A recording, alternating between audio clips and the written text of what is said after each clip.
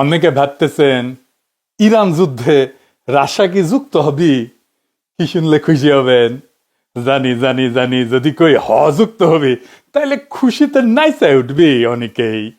না, রাশিয়া যুক্ত হবি না, যুক্ত হয়েই আছে সেই 2007 সাল থেকে। আর এই যুদ্ধে ইরানরে রাশিয়া ইন্টেলিজেন্স দিতেছে, এই অভিযোগ করতেছে পশ্চিমারা। এখন আমার ক্ষুদ্র ভ্রাতা আর ভগিনীরা কবে, আরে দাদা ইন্টেলিজেন্স দিয়ে কি হবে? মিসাইল যদি দিল নি তাহলে এনে কাম হলে নি, এটা কন। আরে পাগলা, যুদ্ধে সবচেয়ে বেশি কাজে লাগে ইন্টেলিজেন্স। কই আছে সৈন্য, গোলা বারুদ, সক্ষমতা কেমন, কারা আক্রমণের জন্য প্রস্তুতি নিতেছে, কি দিয়ে আক্রমণ আসতে পারে, শত্রুর দুর্বলতা কোথায়, কোথায় আঘাত করলে সবচেয়ে বেশি ফল হবে, শত্রু আমাদের সম্পর্কে কি জানে, শত্রুর radio communication, radar, data link, electronic emission, এই সমস্ত রেকর্ড পাওয়া মানে সেটা মিসাইলের চাইতে বড় জিনিস। কে কার সাথে কথা কইতেছে, কোথা থেকে সিগন্যাল আসতেছে, কোন রাডার চালু আছে, কোন ফ্রিকোয়েন্সি ব্যবহার করতেছে, এই সমস্ত যুদ্ধকালীন ইন্টেলিজেন্স খুব জরুরি বিষয় যুদ্ধে জেতার জন্য। রাশিয়া ইরানকে সাহায্য করতেছে এই ইন্টেলিজেন্স দিয়া। এখন প্রশ্ন হইতেছে, কেন রাশিয়া সাহায্য করতেছে? এই ইতিহাস জানলে ট্রাম্পের ইরান আক্রমণের ঘটনা আপনার কাছে আর এক মন নেবে। আমি ইরানের ঘটনাকে নানা দিক দিয়ে ব্যাখ্যা করেছি, অনেকগুলো ভিডিও করছি কলে। আজকে আরেক দিক দিয়ে ব্যাখ্যা করবো। তাইলে আমাদেরকে ফিরে যাইতে হবে সেই 2007 সাল, যার কথা আমি কইছি। পুতিন যাবি তেহরানে। 1943 সালে স্ট্যালিন গেছিল, তারপর প্রথমবার কোন ক্রেমলিন প্রধানের তেহরান শহর। এটা মানে ঘটনাটা কত গুরুত্বপূর্ণ ভাবেন।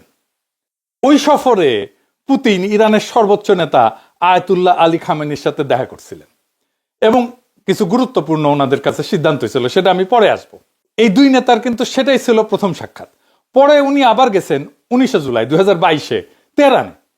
ইউক্রেন যুদ্ধের শুরুর পর এটা ছিল সাবেক সোভিয়েত অঞ্চলের বাইরে তার প্রথম সফর।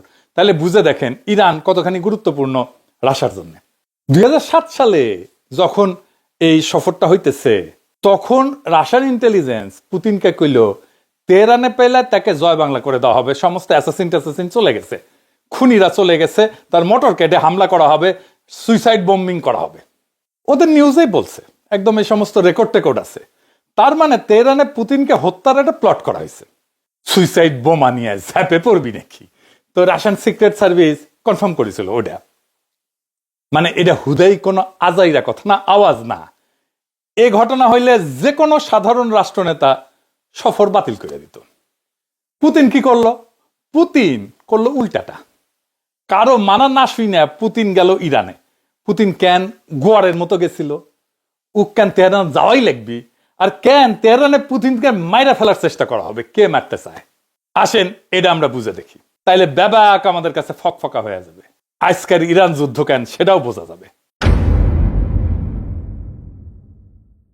কারণ 2007 সালে পুতিন শুধু ইরানে যায়নি, উনি গেছিলেন একটা বার্তা নিয়ে। সেই বার্তাটাই আজকের এই সংঘাতের পিছনে একটা বড় কারণ।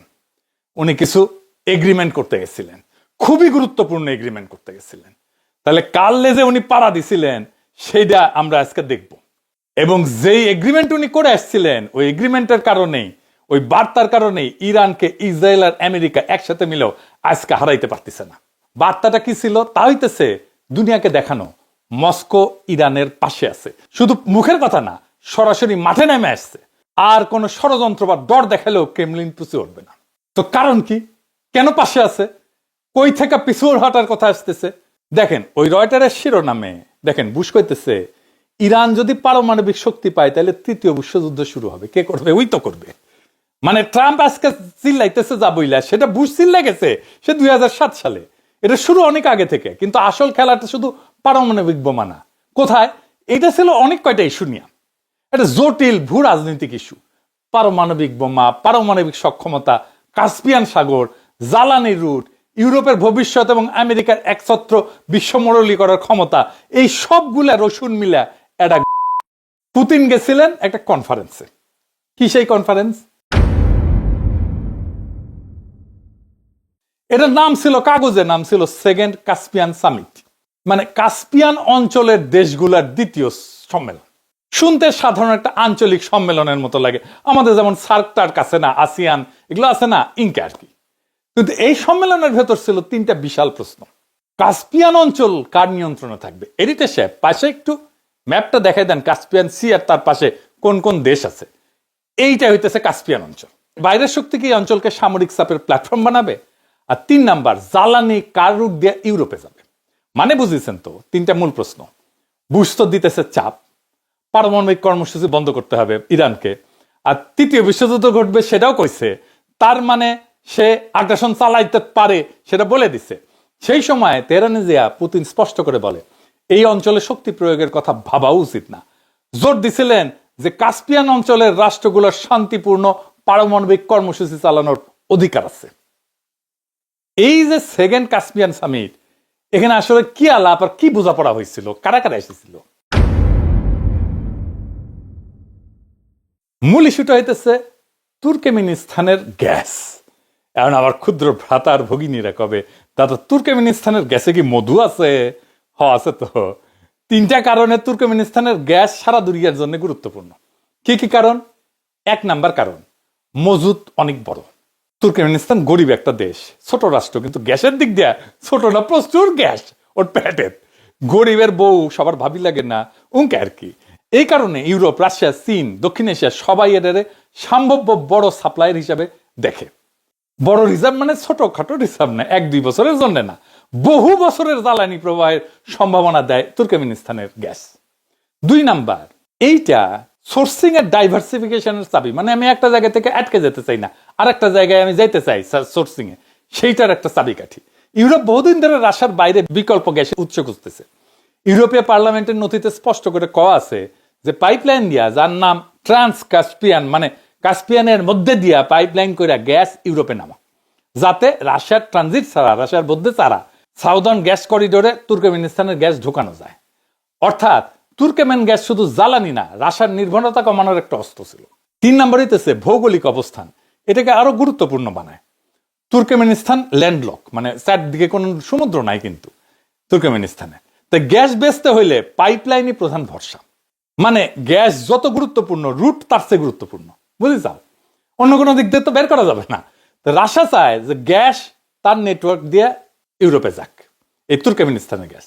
পশ্চিম চায় কাস্পিয়ান পাড়ায় আজারবাইজান দিয়ে তুরস্ক হইয়া তারপরে যাক। পরে চীনও তুর্কমেন গ্যাসের বড় ক্রেতা হয়। ফলে তুর্কমেনিস্তানে এক ধরনের এনার্জি ক্রস রোডে পরিণত হয়। তুর্কমেনিস্তানের গ্যাস নিয়ে 2টা আলাদা ভূ রাজনৈতিক পরিকল্পনা ছিল।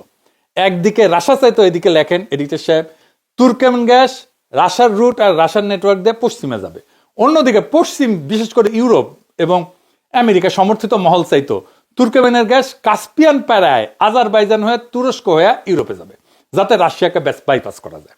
তার মানে রাশিয়ান পরিকল্পনা ছিল তুর্কমেনিস্তানের গ্যাস, কাজাকিস্তানের গ্যাস, এই 2টার গ্যাস কাস্পিয়ান উপকূল ধরে রাশিয়ার পাইপলাইন নেটওয়ার্ক, তারপরে ইউরোপ। এটা হইতেছে সহজ রাস্তা, সিরাতুল মুস্তাকিম। তাইলে গ্যাস ইউরোপে যাবে কিন্তু রাশিয়ার নিয়ন্ত্রণে থাকবে। রয়টার্স 2007 সালে লিখেছিল এই চুক্তি রাশিয়ার রিজনাল গ্যাস ব্রোকার হিসেবে তার আধিপত্য মজবুত করবে। আর পশ্চিম সমর্থিত বিকল্প পরিকল্পনা কি ছিল? তুর্কমেনিস্তানের গ্যাস কাস্পিয়ান সাগরের নিচ দিয়া আজারবাইজান, জর্জিয়া, তুরস্ক, তারপরে ইউরোপ হবে। এই ছিল ট্রান্স কাস্পিয়ান ধাঁচের পরিকল্পনা। এই পাইপলাইনটা নাবুক্কোর মতো নন রাশিয়ান রুটের সাথে যুক্ত হওয়ার কথা ছিল, ওই দিকে আর না যায়। এই নাবুক্কোর সাথে আবার সিরিয়া যুক্ত আছে, ওইটা আবার পরে আমি একটা এপিসোড করছিলাম অনেক আগে। যাই হোক, আবার আগের আলাপে ফিরে আসি। এর উদ্দেশ্য ছিল যে ইউরোপের রুশ গ্যাস নির্ভরতা কমানো। আপনি ম্যাপ দেখলে দেখবেন তুর্কমেনিস্তানের গ্যাস রাশিয়ান প্রভাবিত অঞ্চলের মধ্যে দিয়ে যদি না যাইতে চায়, তাহলে ইরানের অংশের মধ্যে দিয়ে যাইতে হবে, পাইপলাইন বসাইতে হবে ইরান দিয়া, যদি রাশিয়াকে বাইপাস করতে চায়। তাই হয় ইরানকে চাপ দিয়ে রাজি করাইতে হবে, অথবা ইরানের রেজিম চেঞ্জ করতে হবে। এই যে রেজিম চেঞ্জ জপিচ্ছে না ট্রাম্প, তার পিছনে এটা একটা কারণ, ইরানকে তার ইচ্ছা মতো যেন চালাইতে পারে। বুঝেছেন তো? তুর্কমেনিস্তানের এই গ্যাস নিয়ে 2 পক্ষের 2 আলাদা রাস্তার পরিকল্পনা ছিল। রাশিয়া বলছিল গ্যাস বেচো, কিন্তু আমার পাইপলাইন দিয়ে বেচো। পশ্চিম বলছিল গ্যাস বেচো, কিন্তু রাশিয়াকে বাদ দিয়ে বেচো। তাই এই সম্মেলনে কারা কারা ছিল? কাস্পিয়ান অঞ্চলের যে সমস্ত রাষ্ট্র, রাশিয়া ছিল, ইরান ছিল, আজারবাইজান ছিল, কাজাকিস্তান ছিল, তুর্কমেনিস্তান ছিল। এডিটর সাহেব পাশে ম্যাপের পাশে দেখান, আমি বলি আবার, দেখেন রাশিয়া ছিল, ইরান ছিল, আজারবাইজান ছিল, কাজাকিস্তান ছিল, তুর্কমেনিস্তান ছিল। তো তেহরান সম্মেলনে সিদ্ধান্ত নেওয়া হয় যে কাস্পিয়ান সাগরের তলদেশ দিয়ে পাইপলাইন বসাইতে হইলে 5টা এই রাষ্ট্রের সম্মতি লাগবে, সবার। আর কি সিদ্ধান্ত নেওয়া হইল? সিদ্ধান্ত না হইলো যে কাস্পিয়ান অঞ্চলের কোন রাষ্ট্রের ভূখণ্ড যেন আর এক কাস্পিয়ান রাষ্ট্রের বিরুদ্ধে আগ্রাসনের কাজে ব্যবহৃত না হয়। তার মানে আজারবাইজানের মাটি রাশিয়ার বিরুদ্ধে ব্যবহার করা যাবে না, ইরানের মাটি আজারবাইজানের বিরুদ্ধে ব্যবহার করা যাবে না, কাজাখস্তানের মাটি রাশিয়ার বিরুদ্ধে ব্যবহার করা যাবে না, তুর্কমেনিস্তানের মাটি ইরানের বিরুদ্ধে ব্যবহার করা যাবে না, রাশিয়ার বিরুদ্ধে ব্যবহার করা যাবে না, আজারবাইজানের বিরুদ্ধে ব্যবহার করা যাবে না। এইরকম শুনতে কূটনৈতিক ভাষা, কিন্তু এর প্রকৃত অর্থ ইরানের বিরুদ্ধে আঞ্চলিক মাটি ব্যবহার করে হামলার রাস্তা বন্ধ করে দেওয়া। এখন ভাবেন ওই সময় আমেরিকা কি করছিল। ওয়াশিংটন ইরানের পারমাণবিক ইস্যুতে চাপ দিতেছিল, আর ইরানের বিরুদ্ধে সামরিক আগ্রাসনের কথা তো কইতেই ছিল, বলতেছিল তৃতীয় বিশ্বযুদ্ধ বাঁধবে। এই অবস্থায় পুতিন তেহরানে যে প্রকাশ্যে কইলেন ইরানের বিরুদ্ধে হামলা ভয়াবহ হবে। অর্থাৎ পুতিন শুধু ইরানের পাশে দাঁড়ালেন না, তিনি আমেরিকাকে প্রকাশ্যে বললেন খুব খেয়াল মামু, খুব খেয়াল, সামনে মুরগি পিছে শিয়াল। তাই এই সফর ছিল পাওয়ার প্রজেকশন, গোলাগুলি ছাড়াই, মিসাইল ছাড়াই, শুধু উপস্থিতি দিয়ে এটা যুদ্ধে জিতে যাওয়া। পুতিন তেহরানে গিয়ে এটা নিশ্চিত করছিল মধ্যপ্রাচ্যের প্রশ্নে কাস্পিয়ান নিয়ে মস্কোকে পাশ কাটায় সিদ্ধান্ত হবে না, হিসাব বরাবর। ইরানকে একা কইরা চেপে না ধরার পশ্চিমা কৌশলও আর সহজে বাস্তবায়ন করা যাবে না, হিসাব বরাবর। এইটাই পশ্চিমারা করতে দিতে চায় নাই পুতিনকে। সেই জন্যই পুতিনের উপরে হামলার সিদ্ধান্ত হয়েছিল, পরিকল্পনা হয়েছিল। বুঝছি যাও, জানতেন এইটা? সেই জন্য এই সম্মেলনের পর লেখা হয়, ইংরেজি যেহেতু কইছে তাহলে ঠিকই কইছে, তাই না? Caspian summit, a triumph for Iran and a victory for Russia. মানে কাস্পিয়ান সম্মেলন ইরানের সাফল্য গাথা আর রাশিয়ার বিজয়ের লাশ। কারণ এই সামিট শুধু ছবি তোলার মঞ্চ ছিল না, এটা ছিল রিজিওনাল অ্যালাইনমেন্টের মঞ্চ। শুধু এইটুকুই না, আরো দুইটা ডিল করে রাশিয়া ইরানের সাথে, খামেনির সাথে দেখা কইরা। সেটা কি কি? সেটা হইতেছে পশ্চিম আমেরিকা যদি ইরানের উপরে কোনো পারমাণবিক শক্তির প্রশ্নে স্যাংশন দেয়, তাইলে রাশিয়া ভেটো দিবে জাতিসংঘে, আর ইরানকে S-300 মিসাইল ডিফেন্স সিস্টেম দিবে।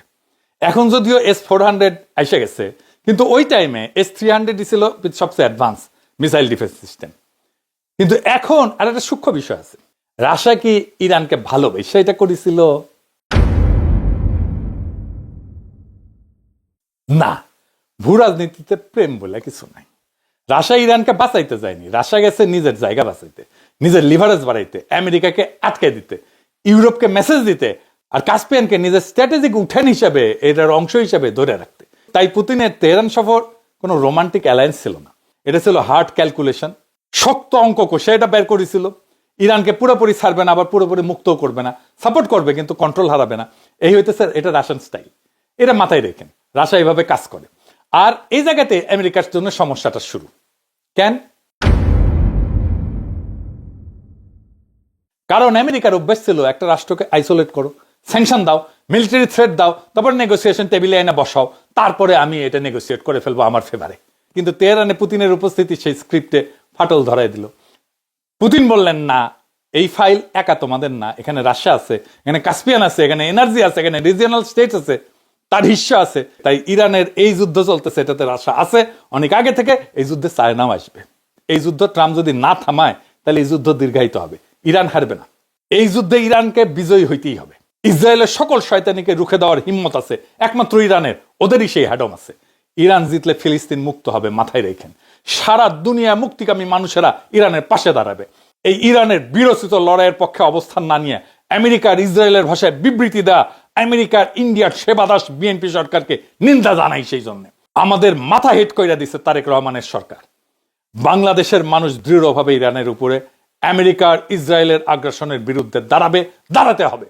আগামী সংসদ অধিবেশনে বিরোধী দলকে অবশ্যই সরকারের কাছে ব্যাখ্যা চাইতে হবে, কেন অগ্রহণযোগ্য বিবৃতি দিল আন্তর্জাতিক আইনের লঙ্ঘন কইরা, কেন ইরানের উপরে হামলা এবং আগ্রাসনের বিরুদ্ধে বিবৃতি দিল না, কেন ইরানের সর্বোচ্চ নেতাকে বোমা মেরে হত্যা করার বিরুদ্ধে বিবৃতি দিল না। এই অভিযোগে আলোচনা করতে চাইতে হবে বিরোধী দলকে, সময় না দিলে ওয়াকআউট করতে হবে। ওই ওয়াকআউট পৃথিবীর ইতিহাসে স্মরণীয় হয়ে থাকবে। তাই আজকের খেলা একদম খোলাসা। এই যুদ্ধ শুধু ইরানের না, এই যুদ্ধ শুধু মিসাইলের না, এই যুদ্ধ শুধু তেহরান, তেল আবিব, ওয়াশিংটন বা মস্কোর না। এই যুদ্ধ হচ্ছে দুনিয়ার লাগাম কাটাতে থাকবে সেই যুদ্ধ।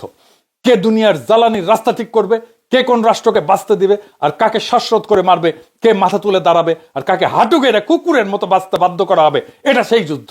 এই যুদ্ধ সেই হিসাবের যুদ্ধ। 2007 সালে পুতিন তেহরানে হাওয়া খাইতে যায় নাই, উনি গেছিলেন দুনিয়াকে একটা কথা জানাইতে। সব রাস্তা ওয়াশিংটনের দালানে গিয়া শেষ হয় না, সব সিদ্ধান্ত আমেরিকার প্রেস ব্রিফিং রূপে লেখা হয় না। কাস্পিয়ান তাদের বাপের পুকুর না, তাদের বাপের জমিদারি না, মধ্যপ্রাচ্য তাদের নানার বাড়ির উঠান না, ফিলিস্তিন তোমার মারণাস্ত্র পরীক্ষার জায়গা না, আর ইরান এমন কোন এতিম রাষ্ট্র না যারা ঘেরাও কইরা নিষেধাজ্ঞা দিয়া বোমা দেখাইয়া হাঁটু গাড়াইয়া ফেলা যাবে। আজ পশ্চিমারা কইতেছে রাশিয়া ইরানকে ইন্টেলিজেন্স দিতেছে। আমি কই কান্দেক, আরো কান্দেক, কারণ তোরা কান্দিস তখনই যখন তোদের মনোপলি ভাঙে, একচেটিয়া ক্ষমতা যখন ভাঙে। তোরা চিৎকার করিস তখনই যখন অন্য কেউ তোদের শিকারের সামনে ঢাল হইয়া দাঁড়ায়। ওই ইন্টারন্যাশনাল লটা বোঝা গেছে তোদের কি ইন্টারন্যাশনাল ল আছে। ওইটা তখনই তোদের মুখে আসে যখন তোদের হাতের রক্ত শুকাইতে শুরু করে।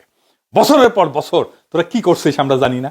একটা রাষ্ট্রকে আইসোলেট করে তাকে স্যাংশন দেয়, তারপরে প্রোপাগান্ডা চালায়, তারপরে রেজিম চেঞ্জের গল্প ফাদিস, তারপরে বলে দেখো ওরা কত ডেঞ্জারাস। বর্বর এই পুরানো নষ্ট স্ক্রিপ্ট দিয়া দুনিয়া আর চলবে না, ওই দিন শেষ।